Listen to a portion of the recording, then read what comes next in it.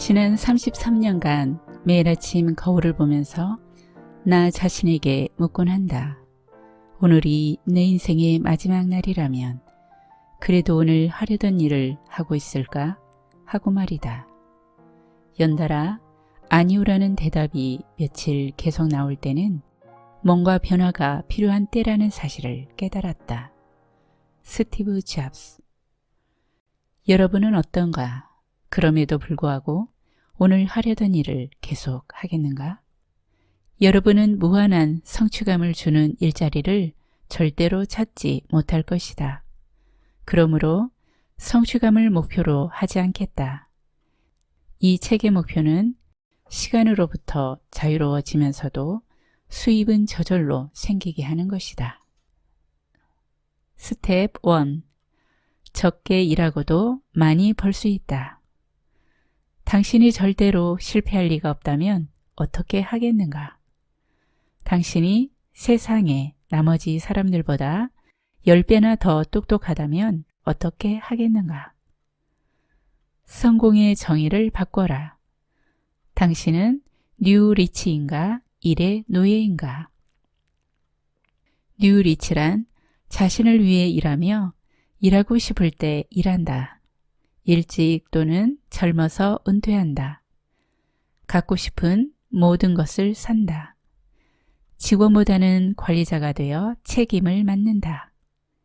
기업 공개든 인수든 은퇴든 아니면 다른 어떤 횡재든 간에 크게 한탕으로 받는다. 규칙을 바꾸는 규칙. 기존 개념은 모두 틀렸다. 30살밖에 안 된 친구들이 삶에 찌든 중년처럼 보이는 이유가 달리 어디에 있겠는가? 프라푸치노 커피를 3배로 마시고 엄청난 작업량을 소화하여 조기 노화를 부채질하고 생각만 해도 끔찍하다.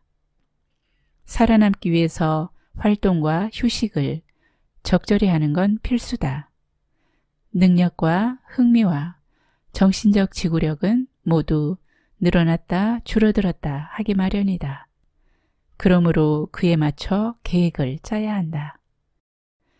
뉴 리치는 겉만 번지르르한 은퇴를 위해 컨디션을 회복하고 즐거운 생활을 하는 것을 뒤로 미루는 대신 인생 전체에 걸쳐 미니 은퇴를 고르게 배분하는 것을 목표로 한다.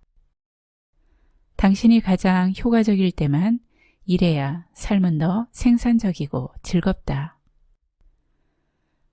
덜이라는 단어는 게으름을 뜻하는 말이 아니다. 의미 없는 일을 덜 함으로써 당신이 개인적으로 훨씬 더 중요한 일에 집중할 수 있다면 일을 덜 하는 것은 게으름이 아니다. 이렇게 말하면 대부분의 사람들은 받아들이기 힘들어한다.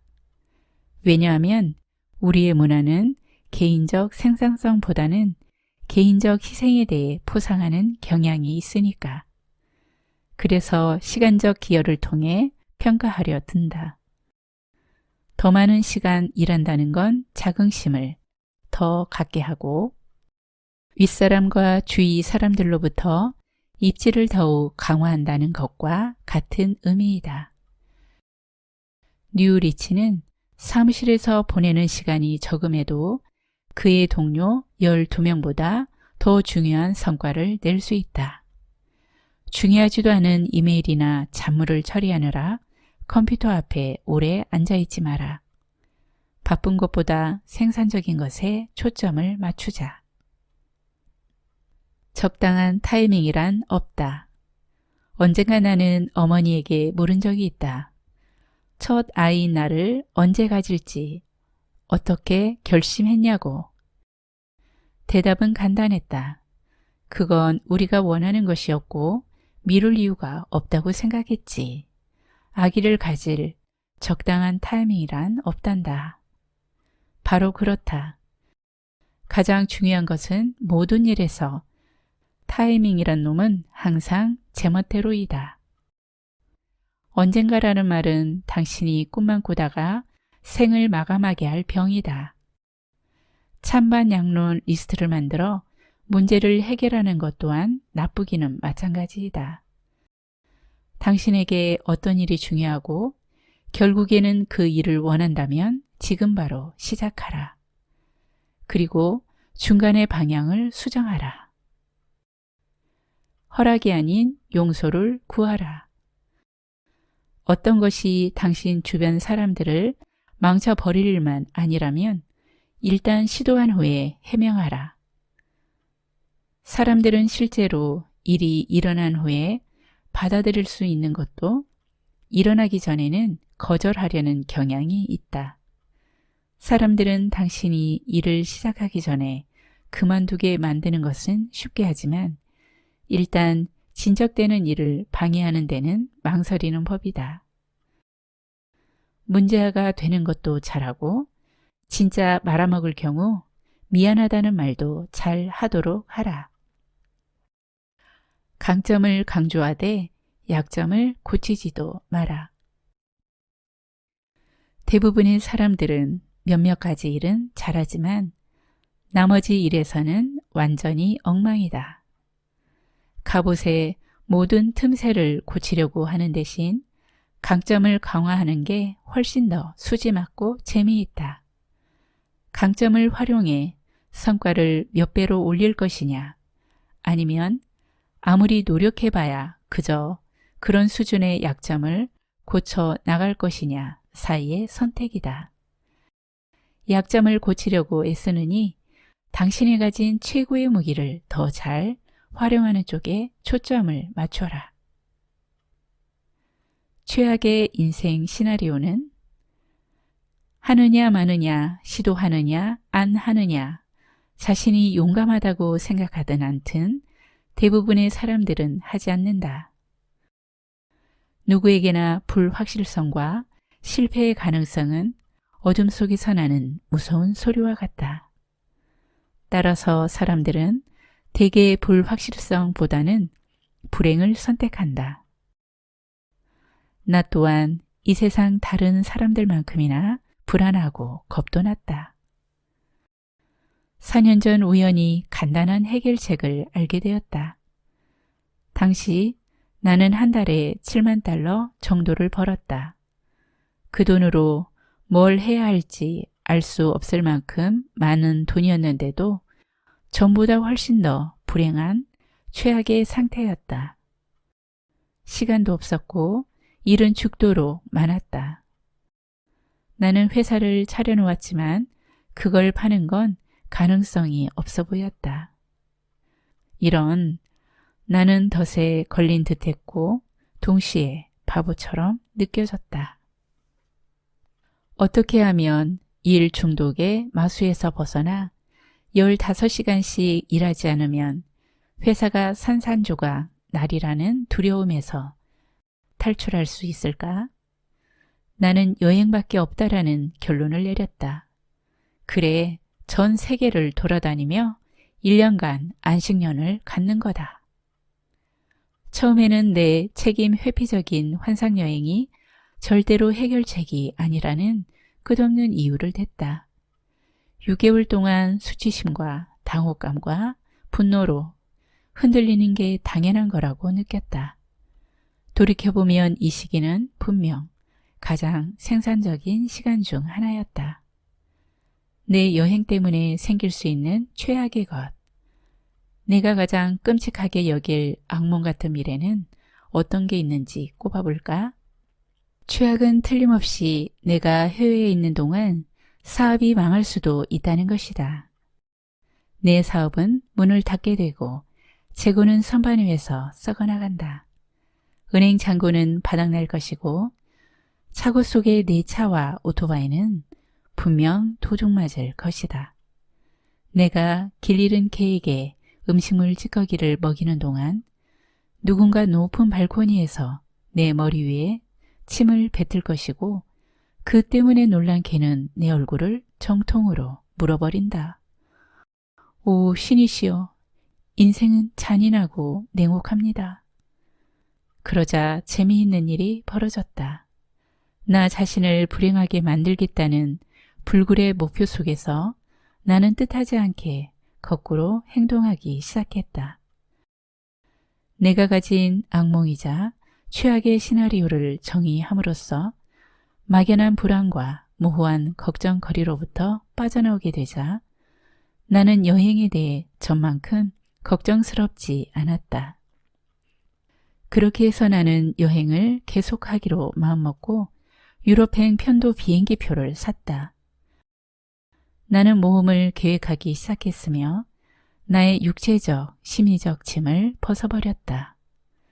그 후 내가 생각한 어떤 재앙도 일어나지 않았으며 내 인생은 거의 동화처럼 잘 풀렸다. 사업도 그 어느 때보다 번창했다. 이 사업이 15개월간의 호합한 세계 여행을 위한 돈을 벌어주는 동안 나는 사실상 사업에 대해 잊고 지냈다. 스텝 2. 단순함이 답이다. 만약 누가 당신 머리에 총을 겨누고 시간을 많이 잡아먹는 여러 일 중에 80%를 그만두라고 한다면 무슨 일을 택하겠는가? 시간 관리는 이제 그만. 효과적으로 일하기. 시간 관리에 대해 한마디 하자면 시간 관리라는 것 자체를 잊어버려라고 말하겠다. 매 순간 일 때문에 안달복달 하면서 매일같이 좀 더 일하려고 애쓰지 말라는 뜻이다. 나는 이 이치를 깨닫는데 오랜 세월이 걸렸다. 예전에 나는 양으로 결과를 판단하는 걸 아주 좋아했었다. 당신이 과거보다 2배의 성과를 올린다고 해도 동료들이 일하는 시간의 4분의 1만큼만 일한다면 해고될 가능성이 높다. 심지어 당신이 일주일에 10시간 일하면서 40시간 일하는 사람들보다 2배의 성과를 올리더라도 회사는 당신에게 일주일에 40시간을 채워 일하고 8배의 성과를 내라고 요구할 것이다. 이렇게 되면 일은 끝이 없게 된다. 당신은 바로 이런 상황을 피해야 하므로 먼저 사무실이란 환경에서 해방될 필요가 있다. 당신의 목표는 이것이다. 일단 임금 인상과 원격 근무에 대한 합의가 이루어지면 관료주의적 간섭 없이도 일하는 시간을 줄일 수 있고 그 결과로 생기는 여유 시간을 꿈을 이루기 위해 사용할 수 있게 된다. 효과 대 효율. 효과라는 것은 당신이 목표에 가까워지도록 일을 하는 것인 반면 효율이라는 것은 그 일이 중요하건 그렇지 않건 가능한 가장 경제적인 방식으로 주어진 임무를 수행하는 것을 말한다. 대부분의 사람들은 효과적인지 아닌지도 고려하지 않은 채 효율적으로만 일하려고 한다. 중요하지 않은 일을 잘한다고 해서 그 일이 중요해지는 것은 아니다. 많은 시간이 들어가는 일이라고 해서 그 일이 중요한 것은 아니다. 지금 이 순간부터 이 말을 기억하라. 무엇을 하느냐가 어떻게 하느냐보다 훨씬 더 중요하다. 여전히 효율성도 중요하다. 하지만 적절한 일에 적용되지 않으면 소용없다. 80대 20의 법칙과 무의미한 일에서 벗어나기. 파레토의 법칙은 다음과 같이 요약할 수 있다. 80%의 생산량은 20%의 투입량에서 나온다. 어느 늦은 저녁 우연히 파레토의 법칙을 접했을 때 나는 완전히 일에 치여 무력감을 느끼면서 일주일 내내 하루 15시간씩 뼈 빠지게 일하고 있었다. 완전히 탈진에 뻗느냐 아니면 파레토의 법칙을 한번 시험해 보느냐의 기로에서 나는 후자를 택했다. 그 다음 날 다음과 같은 2가지 질문을 잣대로 삼아 내 사업과 개인적 삶을 분석하기 시작했다. 1. 내 문제와 불행의 80%를 일으키는 20%의 원인은 무엇인가? 2. 내가 원하는 수입과 행복의 80%를 창출하는 20%의 원인은 무엇인가? 나는 하루 종일 엄청 급한 것처럼 보이는 모든 일을 내팽개쳐 둔 채 위의 질문을 친구에서부터 고객과 광고, 휴식 활동에 이르기까지 모든 분야에 적용하면서 가능한 한 가장 솔직하게 진실을 드러내기 위해 열심히 분석했다. 여기서의 목표는 당신이 가장 비효율적인 점들을 찾아 제거하고 당신이 강점으로 발견해 최대한으로 살리는 데 있다. 그 후 24시간 안에 나는 문자 그대로 내 인생을 영원히 바꾸고 현재 내가 누리고 있는 라이프 스타일을 가능하게 해준 간단하지만 정서상 하기 어려운 몇 가지 결정을 내렸다. 나는 95%의 고객과는 계약을 해지했고 2%는 아예 잘라버렸으며 특징을 분석해 모방할 수 있도록 상위 3%의 고객만 남겨두었다. 결과를 보면 120곳 이상의 도매 고객 중에서 단지 5곳 고객이 수입의 95%를 가져다 주었다. 이 5곳의 회사는 어떤 후속적인 전화나 설득, 감언이설 없이도 정기적으로 주문을 했기 때문에 나는 내 시간의 98%를 나머지 회사들을 쫓아다니며 일을 처리하는 데 쓰고 있었다. 당신에게도 이와 같은 상대가 있을 것이다. 골칫덩이인 이들이야말로 온갖 문제를 유발하는데 중요한 것은 이것이 자기 혐오에 빠지게 하고 우울하게 한다는 점이다. 그때까지 나는 사업의 대가로 그들의 위협과 모욕, 시간을 잡아먹는 논쟁과 장광설을 감수해왔다. 하지만 나는 80대 20 분석을 통해 이 두 고객이 하루 종일 나를 불행하게 만들고 분노를 일으키는 근원이라는 걸 깨달았다. 거절하는 기술, 나를 방해하지 못하게 하는 법. 어린 시절 놀이터에서 놀던 때를 기억해보자. 그곳에는 을의 덩치 큰 골목대장과 수많은 그의 희생양들이 있었을 것이다. 거기에는 또한 기세 등등하게 주먹을 휘두르면서 결사적으로 싸우던 꼬마 녀석도 있었을 것이다. 그 아이가 골목대장을 이기지는 못했다 하더라도 한두 번 소모적으로 치고받고 한 후에는 골목대장도 그 아이를 더는 건드리지 않았을 것이다. 괴롭힐 다른 아이를 찾는 게 더 쉬울 테니까 말이다. 그 아이처럼 되도록 하라. 필요할 때는 깐깐해지도록 하라. 인생에서도 마찬가지로 자기 주장이 강하다는 평을 받으면 매번 부탁하거나 싸울 필요 없이 제대로 된 대우를 받는데 유리하다. 중요한 일만 하고 사소한 일은 무시하는 게 쉽지는 않다. 세상 만사가 당신에게 온갖 쓰레기 같은 일들을 하도록 음모라도 꾸미는 듯할 것이다. 다행스럽게도 일상에서의 몇 가지 간단한 변화를 통해 사람들은 당신을 괴롭히다가 쓴맛을 보느니 그냥 내버려 두는 게 낫다는 걸 알게 된다. 스텝 3. 자동화된 돈벌이 수단, 뮤즈 만들기. 인생을 아웃소싱하라. 지겨운 일은 맡기고 행복해지기. 뉴리치 멤버가 된다는 것은 단지 일을 더 훌륭하게 처리하는 것에만 국한되지는 않는다. 이것은 당신을 대신할 수 있는 시스템을 만드는 것에 관한 것이다. 당신이 기업가가 되고 싶은 마음이 없다 하더라도 이 과정은 우리가 배운 80대 20 법칙 및 제거 과정과 근본적으로 연결되어 있다.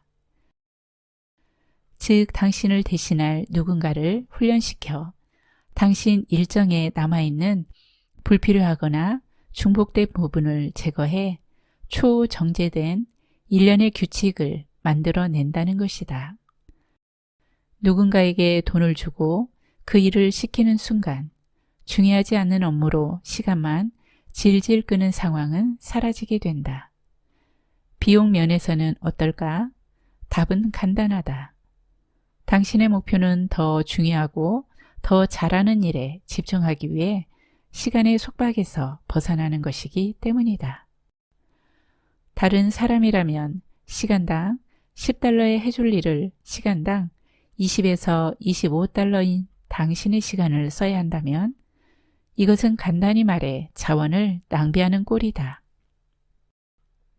수입 자동화 과정 1. 뮤즈를 찾아서. 우리의 목표는 명료하다. 시간을 많이 들이지 않고도 자동화된 돈벌이 수단을 만들어내는 것이다. 바로 이거다. 나는 이런 수단을 뮤즈라고 부르겠다. 우리의 목표는 좀 더 뚜렷하기 때문에 더 정확한 이름이 필요한 것이다. 그러므로 현금과 시간을 만들어내는 가장 중요한 일부터 먼저 하자. 이 두 가지 수단만 있으면 다른 모든 일이 가능하다. 이 두 가지가 없다면 할 수 있는 건 아무것도 없다.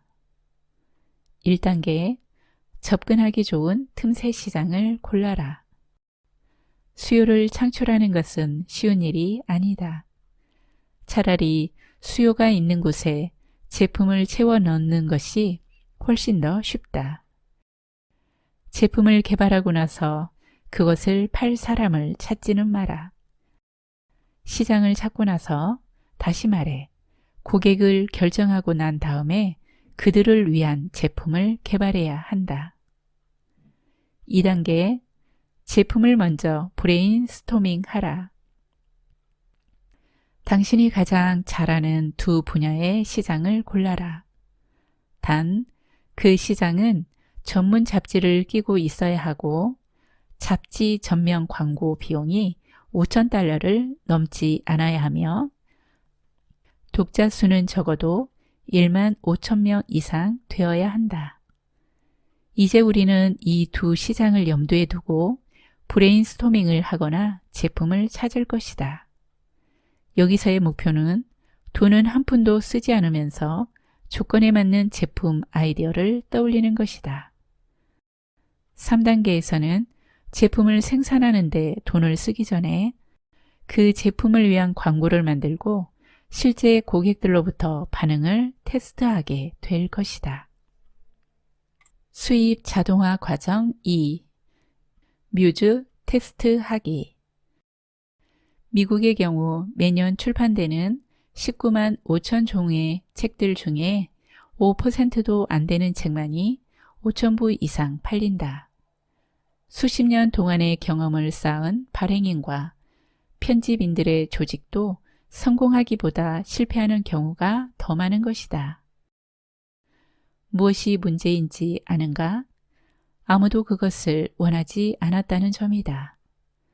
여기서 얻을 수 있는 교훈은 직감과 경험을 통해서는 어떤 제품과 사업이 수익성이 있을지 제대로 예측할 수 없다는 것이다.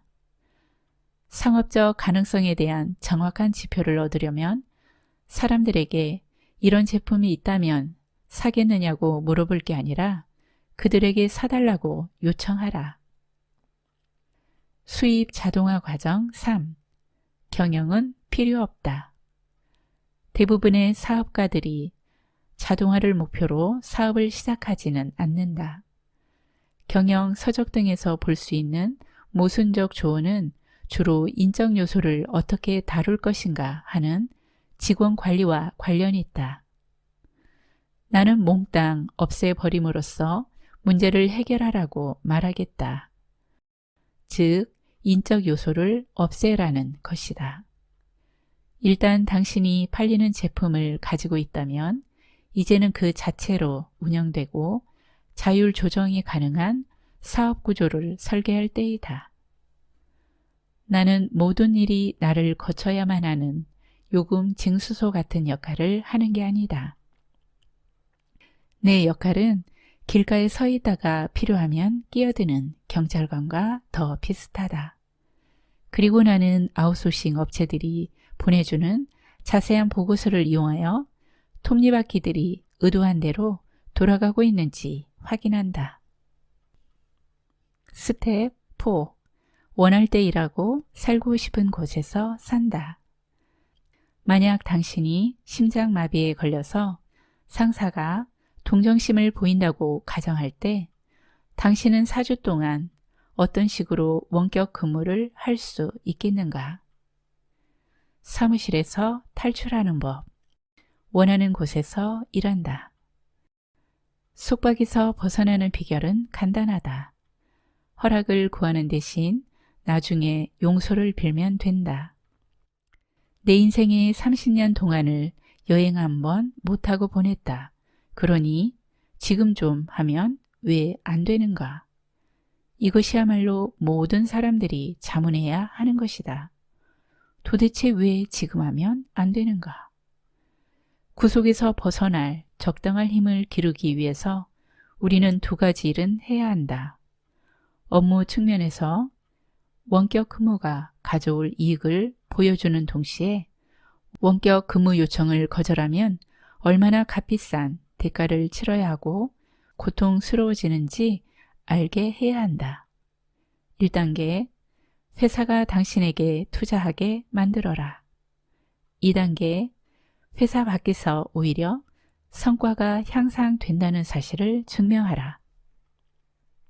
3단계, 업무 면에서의 이익을 계량화하여 준비하라. 4단계, 원격 근무를 언제든지 철회할 수 있도록 그냥 한번 해보고 싶다고 제안하라. 개선의 여지가 없다면 직장을 버려라. 퇴사는 승자가 되는 길. 어떤 직장들은 간단히 말해서 개선의 여지가 없다. 개선한다고 해봐야 간방에 고급 브랜드의 커튼을 다는 격이나 마찬가지이기 때문이다. 즉, 나아지기는 하겠지만 좋아지는 것과는 거리가 멀다. 이 장의 문맥상 직장이라는 것은 당신이 회사를 경영한다면 그 회사를, 당신이 일반적인 직장을 다닌다면 그 직장을 가리키는 말이다.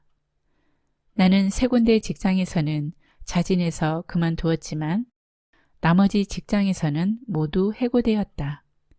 해고는 누군가 다른 사람이 당신을 위해 결정을 내려주기 때문에 행운인 경우가 많다. 남은 인생을 맞지 않는 직장에 주저앉아 보낸다는 것은 말도 안 되는 것이다. 대부분의 사람들은 해고를 당할 만큼 운이 좋지 않기 때문에 평범한 일들을 견뎌내면서 30에서 40년 동안 정신적으로 서서히 죽어간다. 새로운 일이 당신이 하고 싶은 일이라면 풀타임 직업이라도 나쁠 건 없다. 이 점에서 우리는 직업과 천직을 구분할 수 있다. 수입이 저절로 창출되는 구조를 만들었거나 일하는 시간을 대폭 줄였다면 진정한 소명이나 꿈의 직업을 시험해 보는 것에 대해 생각하라.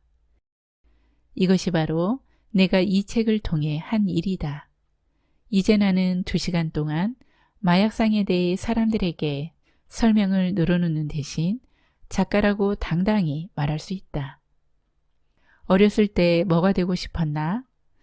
어쩌면 지금이 우주 체험 캠프를 신청하거나 해양 생물학자의 조교로 인턴 생활을 시작할 때인지도 모르겠다.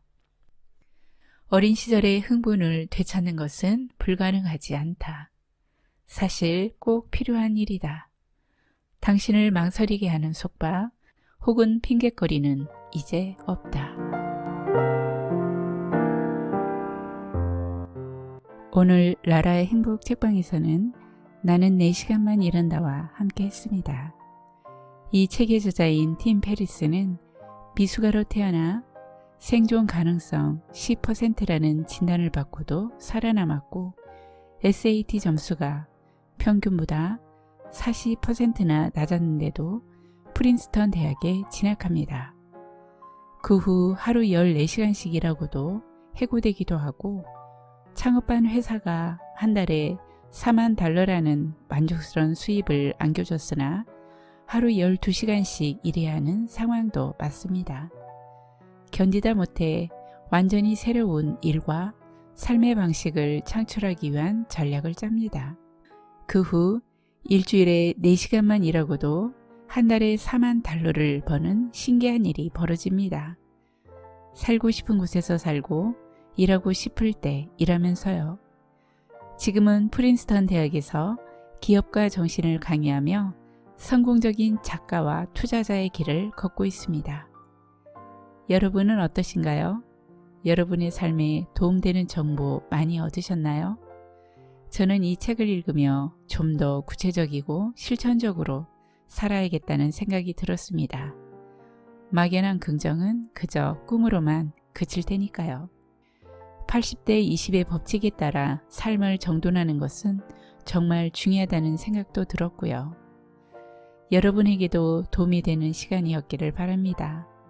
오늘도 라라의 행복 책방에 방문해 주셔서 정말 감사합니다. 편안하시고 행복하세요.